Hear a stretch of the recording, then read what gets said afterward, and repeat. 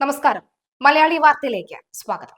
സാമ്പത്തിക വർഷം അവസാനിക്കാൻ മാസങ്ങൾ മാത്രം ബാക്കി നിൽക്കെ സംസ്ഥാനത്തിന് കനത്ത ആഘാതമേൽപ്പിച്ച കേന്ദ്ര സർക്കാർ വായ്പാ പരിധിയിൽ 5,900 കോടി രൂപയുടെ കുറവ് വരുത്തിയെന്ന് ധനമന്ത്രി KN ബാലഗോപാൽ. വ്യാഴാഴ്ച രാത്രിയാണ് വായ്പാ പരിധി വെട്ടിക്കുറച്ച് കേന്ദ്രത്തിന്റെ കത്ത് ലഭിച്ചതെന്ന് ധനമന്ത്രി KN ബാലഗോപാൽ എറണാകുളം ഗസ്റ്റ് ഹൌസിൽ നടത്തിയ വാർത്താ സമ്മേളനത്തിൽ അറിയിച്ചു. നിലവിൽ അറിയിച്ചിരിക്കുന്ന 5,900 കോടി രൂപയുടെ കുറവിന് പുറമെ കിഫ്ബി, പെൻഷൻ കമ്പനി എന്നിവയുടെ പേരിൽ നേരത്തെ തന്നെ വായ്പാ പരിധിയിൽ വെട്ടിക്കുറയ്ക്കൽ നടത്തിയിരുന്നു. ഇതെല്ലാം ചേർത്താൽ ഈ സാമ്പത്തിക വർഷം മാത്രം വായ്പാ ഇനത്തിലും ഗ്രാന്റിലുമായി സംസ്ഥാനത്തിന് ഏകദേശം 17,000 കോടി രൂപയുടെ കുറവുണ്ടായിരിക്കുന്നു എന്നാണ് വ്യക്തമാകുന്നത്. സംസ്ഥാനത്തെ സാമ്പത്തികമായി ശ്വാസം മുട്ടിക്കുന്ന നടപടിയാണ് ഇതെന്നും ഫെഡറൽ തത്വങ്ങളുടെ ലംഘനമാണ് ഇതെന്നും മന്ത്രി പറയുന്നു. വായ്പാ വെട്ടിക്കുറയ്ക്കലിന് പുറമെ തൊഴിലുറപ്പ് പദ്ധതിയുടെ വിഹിതം കുറച്ചതും സംസ്ഥാനത്തിന് തിരിച്ചടിയാണ്. പദ്ധതിയുടെ ചെലവ് 60:40 അനുപാതത്തിലാണ് ഉള്ളത്. സംസ്ഥാനങ്ങൾക്ക് വലിയ സാമ്പത്തിക ബാധ്യത വരുത്തുന്നു. കേരളത്തിൽ കഴിഞ്ഞ വർഷം 9.7 കോടി തൊഴിൽ ദിനങ്ങളാണ് ഉണ്ടായത്. 13.72 ലക്ഷം കുടുംബങ്ങളെ ബാധിക്കുന്ന ഗൗരവകരമായ വിഷയമാണ് ഇത്. കേന്ദ്രത്തിന്റെ പുതിയ നീക്കം ഗ്രാമീണ മേഖലയിലെ സാധാരണക്കാരുടെ വരുമാനത്തെയും തൊഴിലിനെയും ഗുരുതരമായി ബാധിക്കുമെന്നും മന്ത്രി പറയുന്നു.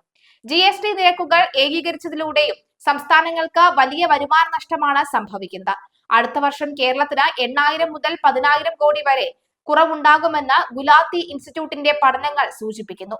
കാറുകളുടെയും മറ്റും നികുതി കുറച്ചത് ഉപഭോഗം കൂട്ടുമെന്ന് പറഞ്ഞിരുന്നു എങ്കിലും യഥാർത്ഥത്തിൽ വൻകിട കമ്പനികൾക്കാണ് ഇതിന്റെ ലാഭം ലഭിക്കുന്നത് എന്നും സാധാരണക്കാരുടെ ഉൽപ്പന്നങ്ങൾക്ക് വില കുറയുന്നില്ല എന്നും മന്ത്രി കൂട്ടിച്ചേർത്തു. അമേരിക്കയുടെ പുതിയ താരിഫ് നയങ്ങൾ കേരളത്തിന്റെ കയറ്റുമതി മേഖലയെ ബാധിക്കാൻ സാധ്യതയുണ്ട്. ചെമ്മീൻ, സുഗന്ധവ്യഞ്ജനങ്ങൾ, പ്ലാന്റേഷൻ മേഖല എന്നിവയെ ഇത് പ്രതികൂലമായി ബാധിക്കും.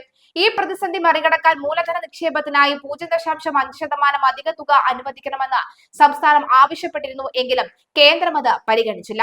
ഇത് ഒരു രാഷ്ട്രീയ പാർട്ടിയുടെയോ മുന്നണിയുടെയോ മാത്രം പ്രശ്നമല്ല, മറിച്ച് കേരളത്തിലെ ജനങ്ങളുടെ ആകെ പ്രശ്നമാണ് എന്നാണ് ബാലഗോപാൽ പറയുന്നത്. ഇപ്പോൾ കേരളത്തിലെ ജനങ്ങളുടെ ആകെ പ്രശ്നമായി. ഇനി വരെ തുകയും കേന്ദ്രം അനുവദിച്ചാലോ അതിന്റെ 1 രൂപയുടെ ഒരു ഉൽപാദനമോ 1 രൂപയുടെ ഒരു ലാഭമോ പോലും ജനങ്ങൾക്കില്ല. പക്ഷെ കിട്ടാതെ വരുമ്പോൾ അത് ജനങ്ങളുടെ മുഴുവനായുള്ള പ്രശ്നവും. സംസ്ഥാനത്തിന് അർഹമായ വിഹിതം നിഷേധിക്കുന്നതിനെതിരെ ശക്തമായ പ്രതിഷേധം ഉയരേണ്ടതുണ്ട്. സാമ്പത്തിക പ്രതിസന്ധികൾക്കിടയിലും ക്ഷേമ പെൻഷൻ ഉൾപ്പെടെയുള്ള കാര്യങ്ങൾ മുടങ്ങാതെ കൊണ്ടുപോകാൻ സർക്കാർ ശ്രമിക്കുന്നുണ്ടെന്നുമാണ് മന്ത്രിയുടെ പറച്ചിൽ. എന്തായാലും മന്ത്രിയുടെ വാക്കുകൾ കൂടി ഒന്ന് കേൾക്കാം. 1,25,000 കോടി ബോറോയിങ് 5 വർഷം കൊണ്ട് കുറഞ്ഞു എടുക്കുന്നത്. കണക്ക് നോക്കുമ്പം 38% നമ്മുടെ GSTPയുടെ 38% കേരളത്തിൻ്റെ ആകെ കടം ഇപ്പോൾ 34-ലേക്ക് കുറഞ്ഞിട്ടുണ്ട്. പക്ഷേ ഈ വലിയ വെട്ടിക്കുറവ് വന്നു. അതിൻ്റെ കൂടെ ഞാനീ പറഞ്ഞ ഡിവിസീവ് പൂളിൽ നിന്ന് തരേണ്ട പണം കുറഞ്ഞു. ഇങ്ങനെ ഓരോന്നും തരുന്ന കുറച്ച് തൊഴിലുറപ്പ് പോലെയുള്ള കാര്യങ്ങൾ ഇപ്പോൾ CSS സ്കീമുകളിലൊക്കെ വന്ന വ്യത്യാസം നിങ്ങൾക്കറിയാം. അതിൻ്റെ കൂടാണ് ഇപ്പോൾ ബോറോയിങ്ങിൻ്റെ കട്ടിങ് വന്നത്. ഇത്രയും ഒരു സംസ്ഥാന ഗവൺമെൻറ്റിനെ ശ്വാസം മുട്ടിക്കുക എന്ന് പറഞ്ഞാൽ ഇങ്ങനെ ഒരു ചരിത്രം ഉണ്ടായിട്ടില്ല. എങ്ങനെയാണ് ഇത്? വ്യക്തിപരമായി ധനകാര്യമന്ത്രി എന്ന നിലയിൽ ഇക്കാര്യം വളരെ ആശങ്കയോടുകൂടി പറയേണ്ട ഒരാളല്ല ഞാൻ. കാരണം വ്യക്തിപരമായ പ്രശ്നമല്ല ഇത്. കേരളത്തിലെ ജനങ്ങളുടെ മുഴുവൻ പ്രശ്നമാണ്. കേരളത്തിലെ ഇടതുപക്ഷ പ്രവർത്തകരുണ്ട്, വോട്ടർമാരുണ്ട്, UDF ഉണ്ട്, BJP ഉണ്ട്. പക്ഷേ കേരളത്തിനാകെ കിട്ടേണ്ട പണത്തിനകത്ത് ഈ വരുന്ന കുഴപ്പം, ഈ വരുന്ന വെട്ടിക്കുറവ്, അതെങ്ങനെയാണ് കേരളത്തിൻ്റെ ഓരോ മേഖലയും ബാധിക്കുക എന്നുള്ളത് നമ്മൾ കാണണം. എല്ലാ മേഖലയും ബാധിക്കുന്ന തരത്തിലേക്കുള്ള തീരുമാനമെടുത്തുകൊണ്ടാണ് കേന്ദ്ര ഗവൺമെൻറ് പോകുന്നത്. അത് ഈ തെരഞ്ഞെടുപ്പിൻ്റെ അവസാന ഘട്ടം കൂടി വരുന്ന സമയത്ത് എത്രത്തോളം ബുദ്ധിമുട്ടുണ്ടാക്കും എന്നുള്ളത് ഞാൻ പ്രത്യേകിച്ച് പറയേണ്ട കാര്യമില്ല. ഇന്നലെയാണ് കത്ത്, രാത്രിയിലാണ്, വൈകിട്ടാണ് വന്നേക്കുന്നത്. കൂടുതൽ ചർച്ചകൾ അതിനെ സംബന്ധിച്ച് നടത്തണം. ഇങ്ങനെ നിങ്ങൾക്കറിയാം, പിന്നെ ഒരു 5,000 കോടി എന്ന് പറഞ്ഞാൽ ഒരു വർഷം ആകെ എടുക്കുന്ന ബോറോയിങ്ങിൻ്റെ നല്ലൊരു ഭാഗമാണ് 6,000 കോടി, 5,900.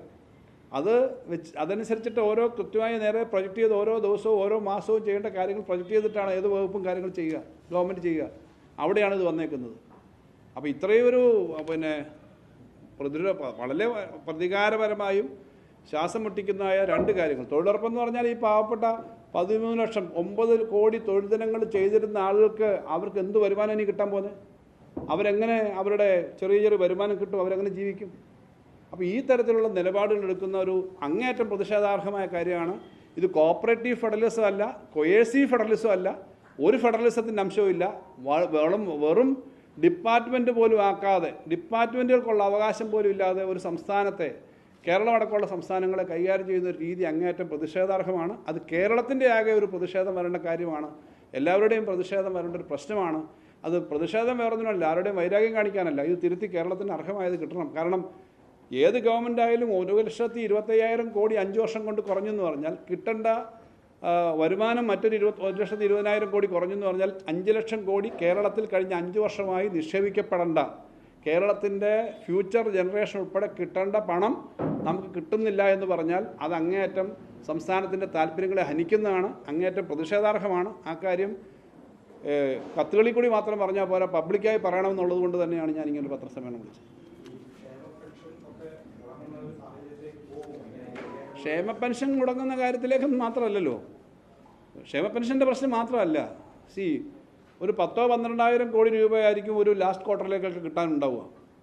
കണക്കുകൾ ഓരോ ഘട്ടത്തിലും അങ്ങനെയാണ്. നിങ്ങൾക്ക് കണക്കെല്ലാം കൃത്യമായി അറിയാം. കഴിഞ്ഞ പ്രാവശ്യം 39,000 കോടിക്ക് അടുത്താണ് നമ്മൾ 3 ക്വാർട്ടർ 9 മാസത്തേക്ക് കിട്ടുന്നത്. ലാസ്റ്റിലെ ക്വാർട്ടറിൽ അതിൻ്റെ ബാക്കി. അതിനകത്ത് നേരെ പിന്നെ ഇത്രയും കുറവ് വരിക എന്ന് പറഞ്ഞാൽ എല്ലാ മേഖലയും ബാധിക്കുമല്ലോ. അല്ല, മേക്കപ്പ് ചെയ്യാനുള്ള നടപടി എന്ന് പറഞ്ഞാൽ നിങ്ങൾക്ക് പിന്നെ ഒരു വർഷം 100 കോടി രൂപയുടെ പരസ്യം കിട്ടുന്ന സ്ഥാപനത്തിന് 80 കോടി കട്ട് ചെയ്താൽ പിന്നെ നിങ്ങൾ മേക്കപ്പ് ചെയ്യുന്ന അതിനകത്തിട്ടല്ലേ മേക്കപ്പ് ചെയ്യാൻ പറ്റും.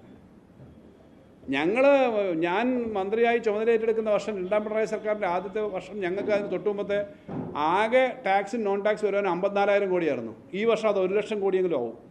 അത്രയും നമ്മൾ ടാക്സ് വർദ്ധിപ്പിക്കാതെ തന്നെ ഇത്രയും വന്നിട്ടുണ്ട്. ടാക്സ് വർദ്ധിപ്പിച്ചില്ലെന്ന് പറഞ്ഞാൽ മദ്യവും പെട്രോളും ഡീസലും അല്ലേ നമുക്ക് ആകെ എടുക്കാൻ പറ്റുക. മദ്യത്തിന് കഴിഞ്ഞ 5 വർഷമായിട്ട് ടാക്സ് കൂട്ടിയിട്ടില്ല. കൂട്ടാത്തത് മദ്യം കൂടുതൽ കഴിച്ചോട്ടെ എന്ന് വെച്ചല്ല, ഡ്രഗിൻ്റെ ഒരു വലിയ അപകടകരമായ അവസ്ഥ വരുന്നു. അതുകൊണ്ട് മദ്യത്തിന് വില കൂടുന്നത് നിയന്ത്രിക്കണം. ആകെ ഒരു പിന്നെ 10 രൂപ 20 രൂപ സെസ് ഏർപ്പെടുത്തില്ല ഒരിക്കൽ മാത്രം, അതല്ലാതെ വർദ്ധിപ്പിച്ചിട്ടില്ല. പെട്രോളിനും ഡീസലിനും വർദ്ധിപ്പിച്ചിട്ടില്ല. അപ്പോൾ നമുക്ക് വെറുതെ വർദ്ധിപ്പിക്കാൻ പറ്റില്ല. ആകെ വർദ്ധിപ്പിക്കാൻ പറ്റുന്നത് GST പോലുള്ള കാര്യങ്ങളിലാണ്, അല്ലെങ്കിൽ സെലക്ട് ചെയ്തെടുക്കാൻ പറ്റുക. പണ്ട് പുകയില നമുക്കായിരുന്നു, എല്ലാ ടാക്സും നമുക്കായിരുന്നു. ഇപ്പം പുകയില ഉൾപ്പെടെ പ്രത്യേക സെസ് വഴി അവർ ടാക്സ് ഏർപ്പെടുത്താൻ പോവുക. ടാക്സ് റേറ്റുകൾ 3-4 ആയിട്ട് ചുരുക്കി.